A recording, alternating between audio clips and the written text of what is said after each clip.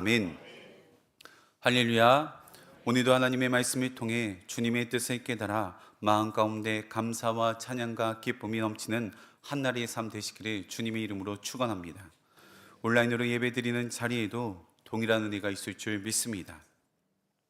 오늘 말씀의 제목은 하늘의 예배를 회복하라, 하늘의 예배를 회복하라입니다. 오늘 말씀은 크게 세 부분으로 나눌 수 있습니다. 첫 번째로 1절에서 3절입니다. 하늘의 열린 문과 하나님의 보좌에 대한 계시입니다. 요한은 하늘의 열린 문을 보고 하나님의 보좌와 그 위에 앉으신 분을 보았습니다. 그분의 모습은 보석같이 찬란하고 무지개가 둘러 있었습니다. 두 번째로는 4절에서 7절입니다. 보좌 주변의 장로들과 번개와 음성에 대한 계시입니다. 보좌 주위에는 24보좌가 있고 그 위에는 흰 옷을 입고 금관을 쓴 20장로가 앉아 있었습니다. 보좌로부터 번개와 음성이 나오며 7영이 불처럼 타고 있습니다. 또 4생물이 보좌 주위에 있습니다. 세 번째는 8절에서 11절 말씀입니다. 하늘의 예배에 대한 계시입니다. 4생물은 쉬지 않고 거룩하다 거룩하다 거룩하다 찬양하며 영광과 존귀를 돌리고 있습니다. 이는 모든 피조물들이 하나님께로부터 창조되었음을 고백하는 예배의 장면입니다. 아침에 눈을 떠서 잠자리에 들기 전까지 우리는 대부분 땅을 바라보며 살아갑니다. 오늘은 무엇을 먹을까? 내일은 무엇을 입을까? 내 삶에 주어진 걱정과 염려를 붙잡고 맡겨진 일에 최선을 다하며 바쁘게 살아가는 것이 저희들의 삶입니다. 이처럼 땅의 것에 마음이 빼앗겨 살다 보면 하늘을 바라볼 여유조차 없습니다. 그런데 반대로 믿음을 가진 사람들은 늘 하늘을 바라보며 살아갑니다. 하늘을 본다는 것은 단순히 고개를 들어서 위를 바라보는 것이 아니라 보이지 않는 하나님의 통치와 영광을 바라보며 살아간다는 것입니다. 저는 개인적으로 생각하기에 성경의 인물 중에 하늘을 가장 많이 바라보며 살았을 인물이 아브라함이라 생각이 듭니다. 왜냐하면 하나님께서는 아브라함에게 밤하늘의 별을 보면서 수없이 많은 자손을 허락하여 주실 것이라 약속하셨기 때문입니다. 그러나 정작 현실은 아브라함에게 자식 하나가 없었습니다. 사라는 이미 태의 문이 끊어졌습니다. 그럼에도 불구하고 아브라함은 밤하늘의 별을 바라보면서 하나님, 저에게 별처럼 많은 자손을 주신다 말씀하지 않으셨습니까? 이렇게 반문하며 하나님의 약속을 마음에 새기고 또 새겼을 것이라 여겨집니다. 오늘 말씀에 등장하는 사도 요한도 반모섬에 외롭게 유배되어서 눈앞에는 아무런 희망도 보이지 않고 사방이 가로막힌 채 이 땅만을 바라보며 살아갈 수밖에 없었습니다. 그런 요한에게 하나님께서는 하늘의 문을 여시고 이리로 올라오라 말씀하시며 놀라운 환상과 계시를 그의 삶 가운데 허락하여 주셨습니다. 그 순간 요한은 세상의 어둠을 넘어서 하나님의 보좌를 보게 된 것입니다. 그곳에 요한은 혼돈이 아닌 질서를, 절망이 아닌 예배를, 혼란이 아닌 하나님의 통치하심을 보고 듣고 경험할 수가 있었습니다. 하나님께서는 오늘 우리에게도 동일하게 말씀하십니다. 하늘을 바라보라. 그렇다면 사도 요한은 하늘을 바라보았을 때 어떤 것을 보고 듣고 경험하였던 것인지 오늘 말씀을 통하여서 영적인 교훈을 얻고 기도의 제목을 삼고자 합니다. 첫 번째로는 현실을 넘어 믿음의 눈이 열리게 됩니다. 현실을 넘어 믿음의 눈이 열리게 됩니다. 본문의 말씀 1절입니다. 2일 후에 내가 보니 하늘에 열린 문이 있는데 내가 들은 바 처음에 내게 말하던 나팔 소리 같은 그 음성이 이르되 이리로 올라오라. 이후에 마땅히 일어날 일들을 내가 내게 보이리라 하시더라. 요한은 반모섬에서 외롭게 고난을 받으며 유배 중이었지만 그때 하늘에 열린 문을 보았습니다. 감옥의 문은 굳게 닫혀 있었지만 하늘의 문은 열려 있었던 것입니다. 이 문은 단순한 시각적인 환상이 아니라 현실을 초월한 믿음의 눈을 상징하고 있습니다. 이 문은 어떤 고난과 환난 속에 있다고 할지라도 하나님께서 함께 하시면 지키시고 보호하여 주실 것이라는 분명한 믿음 가운데서 나오는 것입니다. 그런 요한은 반모섬에 홀로 버려져 있었지만 절대로 혼자가 아니었습니다. 창세기 28장에도 이와 비슷한 사건이 등장합니다. 야곱은 형 에서의 장자권을 빼앗아 형의 분노를 피하여서 도망갔습니다. 그러던 중 몸이 지쳐서 루스 근처에서 노숙을 하다가 돌베개를 베고 그만 잠이 든 것입니다. 이때 하늘의 사닥다리 환상을 보게 되었습니다. 창세기 28장 12절 말씀입니다. 그가 꿈을 꾸었더니 사닥다리가 땅 위에 서 있는데 그 꼭대기가 하늘에 닿았고 하나님의 사자들이 그 위에서 오르락내리락 하고. 야곱은 현재 도망자입니다. 얼마나 무섭고 외로웠겠습니까?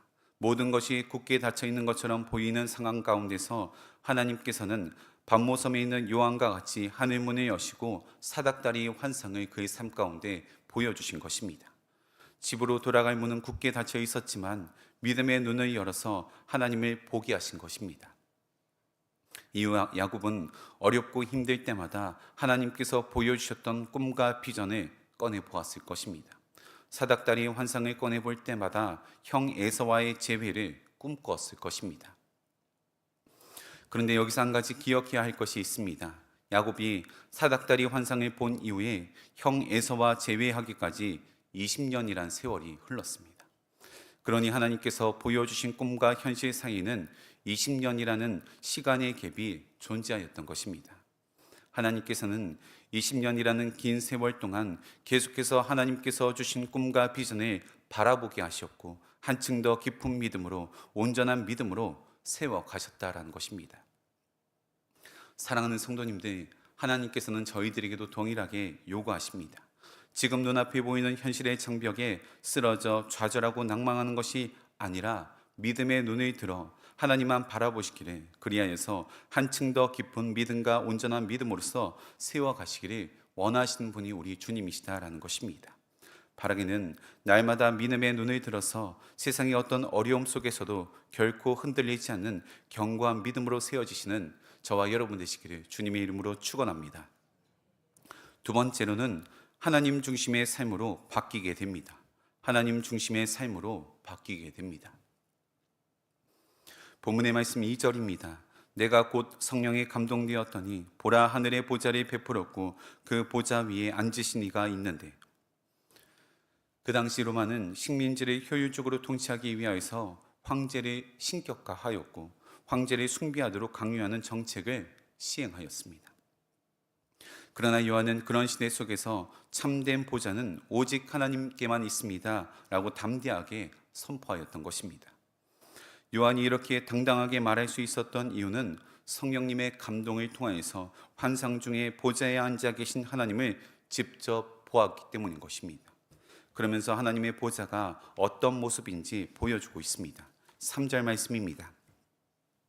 앉으신 이의 모양이 벽옥과 홍보석 같고 또 무지개가 있어 보좌에 둘렀는데 그 모양이 녹보석 같더라.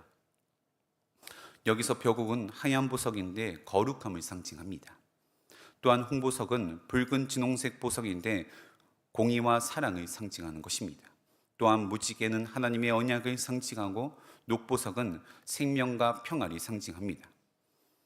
이는 단순히 눈부신 장식이 아니라 하나님께서 어떤 분이신지 색깔과 빛으로 드러낸 계시적인 표현입니다.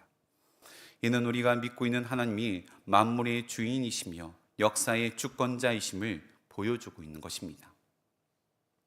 엄청난 하나님의 능력과 권세를 알고 있으면서도 우리는 종종 삶의 무게중심이 흔들릴 때가 있습니다.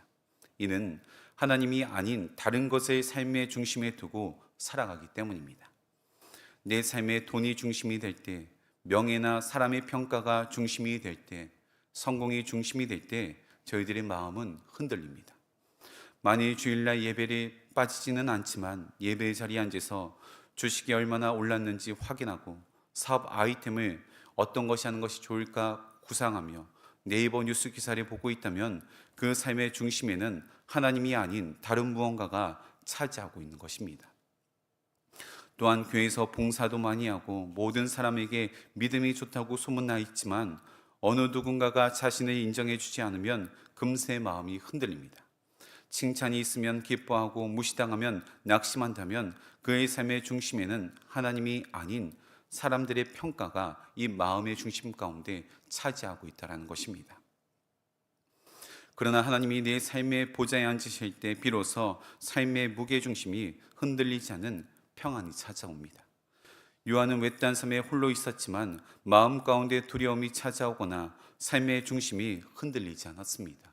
왜냐하면 하나님이 그의 삶의 중심에 있었기 때문입니다. 사랑하는 성도님들, 여러분들의 삶의 중심에는 누가 앉아 계십니까? 혹시 하나님이 아닌 다른 것이 그 자리를 차지하고 있는 것은 아닙니까? 우리 삶의 중심이 하나님께로 돌아갈 때 삶의 방향이 바로 세워지고 마음의 참된 평안이 찾아올 것입니다.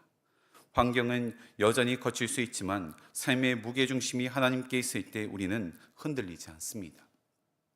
바라기는 언제나 하나님을 내 삶의 중심에 두고 하나님께서 주시는 참된 평안과 기쁨을 누리시는 저와 여러분 되시기를 간절히 축원합니다. 마지막 세 번째로 참된 하늘의 예배를 드리게 됩니다. 참된 하늘의 예배를 드리게 됩니다. 오늘 본문의 말씀 8절입니다. 네 생물에 각각 여섯 날개를 가졌고 그 안과 주위에는 눈들이 가득하더라. 그들이 밤낮 쉬지 않고 이르기를 거룩하다 거룩하다 거룩하다 주 하나님 곧 전능하신 이여 전에도 계셨고 이제도 계시고 장차 오실 이시라 하고, 여기서 네 생물은 이 땅의 전체 피조물이 대표하는 인물들입니다. 그들이 하나님을 향해 찬양하는 모습 속에는 하나님께서 기뻐하시는 참된 예배자의 모습이 담겨 있습니다. 먼저 네 생물을 보면 사자, 송아지, 사람, 독수리와 같은 형상의 생물이 등장하는데 각각 사자는 힘을, 송아지는 충성을, 사람은 지혜를, 독수리는 민첩함을 상징합니다. 모든 피조물들이 자신들만의 능력과 아름다움을 가지고 있지만 자신들의 능력과 아름다움을 자랑하지 않고 오직 창조주 하나님께만 영광을 올려드리고 있는 모습입니다. 그러기에 우리가 하나님께 올려드릴 예배는 먼저 피조물이 창조주 하나님을 인정하고 내 삶의 모든 주권이 하나님께 있음을 고백하는 시간입니다. 또한 내 생물은 여섯 날개를 가지고 있는데 두 날개로는 얼굴을 가리고 두 날개로는 발을 가리고 나머지 두 날개로는 하늘이 날고 있습니다. 이는 각각의 의미들이 있는데 얼굴을 가린 날개는 경외함을 상징하고 발을 가린 날개는 겸손을 상징하며 하늘이 나는 날개는 순종을 상징합니다. 즉 예배는 단지 목소리를 높여서 노래를 부르는 것이 전부가 아니라 온 몸과 마음으로써 하나님께 예배 드려야 함을 보여주고 있는 것입니다. 하나님께서는 형식적인 예배보다 진정한 예배, 제사보다 순종을 기뻐하십니다. 로마서 12장 1절 말씀 보시면 너희 몸을 하나님이 기뻐하시는 거룩한 산 제사로 드리라. 이것이 너희가 드릴 영적 예배니라. 그리고 네 생물은 밤낮 쉬지 않고 거룩하다 거룩하다 거룩하다를 외칩니다. 그들의 예배는 끊이지 않았다라는 것입니다. 24시간 계속해서 찬양하는 것입니다.